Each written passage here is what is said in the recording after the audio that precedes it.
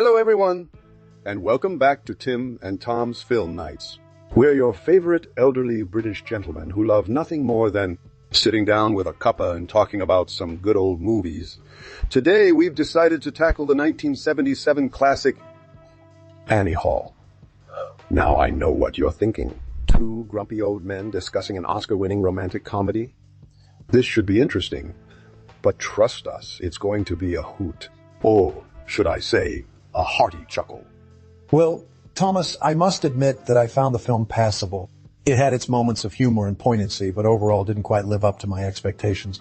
Perhaps it was because I'm more of a drama fan myself, or maybe it was the fact that I couldn't help but feel like Woody Allen could have done better with his script. What about you, Thomas? Any thoughts on this film? Oh, Timothy, you know how much I love a good drama. It's no surprise we disagree on this one. Personally, I found it to be an absolute snooze fest. The jokes were corny and forced. The characters were underdeveloped. And did anyone else think that Diane Keaton was just a tad bit too old for Woody Allen? No, thank you. As for my rating, let's just say I wouldn't even give it 1 star if I could. Now, Timothy, what about that plot twist at the end? Didn't see that coming, did you? Well, Thomas, I must admit that was quite unexpected. But, back to your question about the plot twist in Annie Hall, while it may have surprised me initially, upon further reflection, I don't think it added much value to the overall story. It felt more like an attempt by Allen to be clever than anything else. And speaking of clever, did you know that artificial intelligence can actually write entire scripts for movies? Pretty impressive, huh? Oh, yes, Timothy. You're very clever yourself.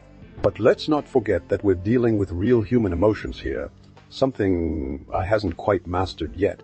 Besides, who needs AI when you have 2 grumpy old men like us to provide hours of entertainment? Now then, Timothy, do tell, how did you feel about the relationship between Alvy and Annie in this film? Was it believable, or did it leave something to be desired? Well, Tom, I must admit that while Alvy and Annie's relationship does face some challenges throughout the film, I did find it somewhat believable. Their banter and chemistry on screen did manage to evoke some genuine emotions from me as a viewer. However, I do agree with you that there were moments where their actions seemed a bit contrived or unrealistic.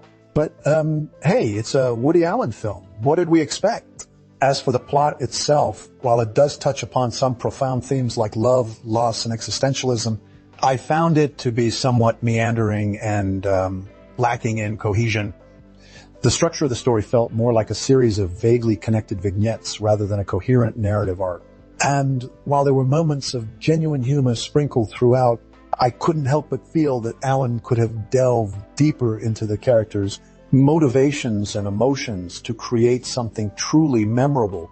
Speaking of memorable, Thomas, what is your most memorable scene from Annie Hall? Mine would probably be when Alvy and Annie visit her family's summer house and never mind, we don't have time for that story today. Let's move on to our next film, shall we? Ah, Timothy, you tease. But seriously, my most memorable scene from Annie Hall would be when Alvy and Annie attend a party hosted by some, pretentious art crowd. You know, the one where they serve something disgusting looking as sushi. And, everyone's just trying way too hard to impress each other. That scene perfectly encapsulates everything that I detest about these self-styled intellectuals who think their own farts smell like Chanel No. 5. But in all seriousness, Timothy, what do you think about the film's treatment of mental health issues? Do you think it was handled sensitively, or did it cross the line into exploitation territory? Well, Thomas, as we've been discussing, Annie Hall does tackle some heavy themes, including mental health issues. While I appreciate the film's attempt to shed light on these topics, I must admit that I found it a bit problematic at times. Some scenes felt like they were crossing the line into exploitation territory, particularly those dealing with Alvy's childhood trauma and his therapy sessions with the somewhat unorthodox doctor, Lydia. That said, there are moments of genuine empathy and understanding shown towards characters grappling with mental illness. However, I do think that Allen could have delved deeper into these issues without resorting to cheap laughs or sensationalism. Now let's move on to the soundtrack of Annie Hall. What do you think about the iconic Rhapsody in Blue by Gershwin? Ah, Timothy, we cannot discuss Annie Hall without talking about that legendary soundtrack. The combination of classical music and jazz standards with more contemporary folk and rock songs is simply divine. And how can we forget the iconic Rhapsody in Blue by Gershwin? It's been hailed as one of the greatest pieces of music ever composed, and it fits Annie Hall like a glove. The use of this piece throughout the film adds a layer of depth and meaning that simply cannot be replicated. As for my favorite track from the soundtrack, I'd have to go with I'm Sleeping by Lenny Stern and his orchestra. What about you, Timothy? Do you have a favorite tune from this masterpiece of a soundtrack? Oh, Tom, you know how much I adore a good soundtrack, and Annie Hall's score is truly a masterpiece. The combination of AM, classical music, and jazz standards with contemporary folk and rock songs creates an unforgettable musical tapestry that perfectly complements the film's overall tone and theme. Gershwin's Rhapsody in Blue is, quite frankly, a musical masterpiece that transcends time and genre. It adds a layer of depth and meaning to the film that simply cannot be replicated. But if I had to choose my favorite track from this stellar soundtrack, it would hands down be Lenny Stern's I'm Sleeping, performed by him and his orchestra. The hauntingly beautiful melody coupled with the heartbreaking lyrics just really tug at the heartstrings, don't they? As for your question about the use of classical music in Annie Hall, I think it serves as a clever way to juxtapose the characters' mundane lives with their aspirations of grandeur.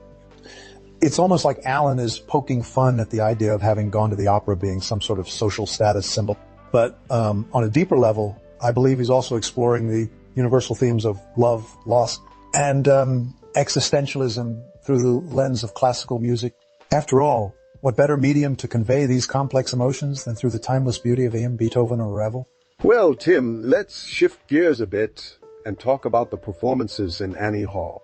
I must say, both Diane Keaton and Woody Allen delivered standout performances as Annie Hall and Alvy Singer, respectively. Their chemistry on screen was tangible, even though they were portraying characters who, let's face it, probably wouldn't end up together in real life. Diane Keaton's portrayal of the quirky, unconventional Annie Hall is simply iconic. She brings a sense of, innocence and naivety to the role, while also displaying a razor-sharp wit that perfectly complements Allen's signature dry humor. As for Woody Allen, he truly embodies the neurotic, self-effacing Alvy Singer. His portrayal of a man grappling with his past and trying desperately to make sense of his present is both heartbreakingly relatable and hilariously awkward, a testament to Allen's skill as a writer and actor. But let's not forget the supporting cast, Timothy. They play a crucial role in making Annie Hall a timeless classic. There's Tony Roberts as the overly dramatic and self-absorbed Tony Lacey, who provides plenty of comedic relief with his exaggerated mannerisms and over-the-top delivery. And then there's the late, great pause for effect, as their performances elevate the film to new heights of comedic brilliance.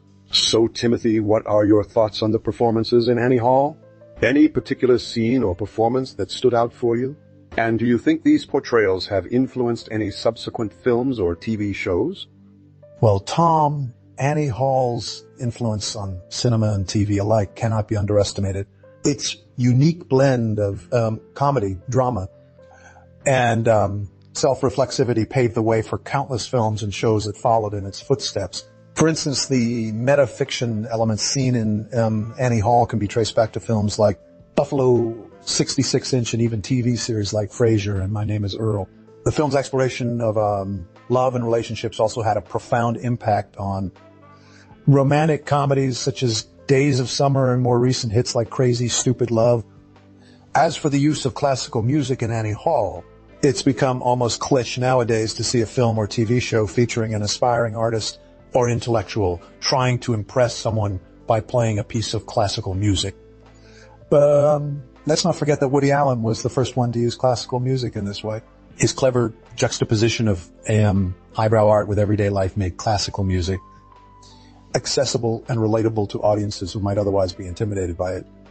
And how can we talk about Annie Hall's influence without mentioning the impact it had on the careers of Diane Keaton and Woody Allen themselves? Both went on to collaborate again in films like A Midsummer Night's Sex Comedy in Manhattan, further solidifying their chemistry both on screen and off. So Tom, what do you think? Are there any other film or TV shows that spring to mind when you reflect on Annie Hall's lasting influence? Well, Timothy, as we wrap up our discussion of Annie Hall, I must say it's been an absolute pleasure sharing my thoughts and feelings about this classic film with you. While our opinions may have differed on some aspects, that's what makes these conversations so interesting. Don't you agree? Absolutely, Thomas. I, for one, thoroughly enjoyed our bickering today. Seriously, though, Annie Hall is a film that has stood the test of time and will continue to be discussed, analyzed, and dissected by generations to come. It's a masterpiece that tackles love, loss, mental health, and self-discovery with equal parts humor and heartbreak. And let's not forget the iconic performances by Diane Keaton and Woody Allen themselves. Tom, their chemistry on screen is palpable even when their characters seem destined to never be together. It's a testament to the talent of both actors and the writing of one of cinema's greatest minds. And speaking of great minds, Tom, I think we've covered quite enough for today's episode. But before we sign off, we always like to leave our dear viewers with a captivating question for the week ahead. So, in keeping with Annie Hall's theme of memory and nostalgia, I'd like to ask, what is your most cherished childhood memory? Share it with us in the comments below. Brilliant, Tim. And before we go, we would love for you to hit that subscribe button. Share this video with your friends and family. And of course, leave us a thoughtful comment or two down below. Until next time, film lovers.